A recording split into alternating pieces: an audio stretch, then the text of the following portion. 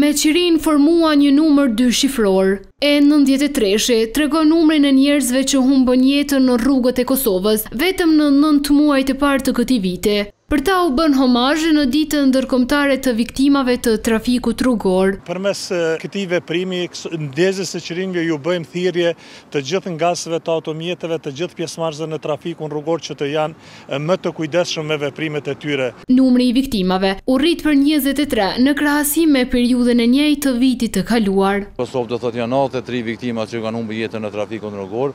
Për këtë arsye do thotë Policia e Kosovës edhe njëherë ka prioritet sigurinë e trafikut rrugor, mirë po kjo është një vazhdim I aktiviteteve të përbashkëta, domethënë njerëzore, por edhe në terren, por edhe humane, do thotë që siguria e trafikut rrugor të shohë nga lëvizja do thotë e automjeteve, mjeteve trona, këmbësorëve, mjeteve me dy rrotë edhe duhet ndryshoj, duhet të ketë më shumë respektim të rregullave. Sipas njëosit të komunikacionit Bekim Ahmeti, ka shumë arsye pse ndodhin këto aksidente.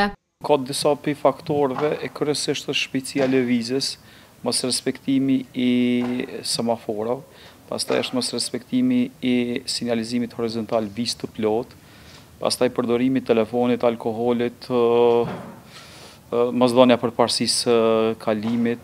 Një pjesë të fajit I alen edhe policisë. Policia nuk ka marrë masa aq sa duhet, arsyeja është nuk ka etiketu black points, pika të zeza, nuk ka marrë masa me formën 0 të fatkeqësive edhe forma tjera vijuse, nuk ka një pozicion ekstra ku e ndrën kontrollën, ka pika kontrolluese ku qytetarët shumicën e tyre I dinë. Pastaj mos përdorimi I inteligjencës artificiale.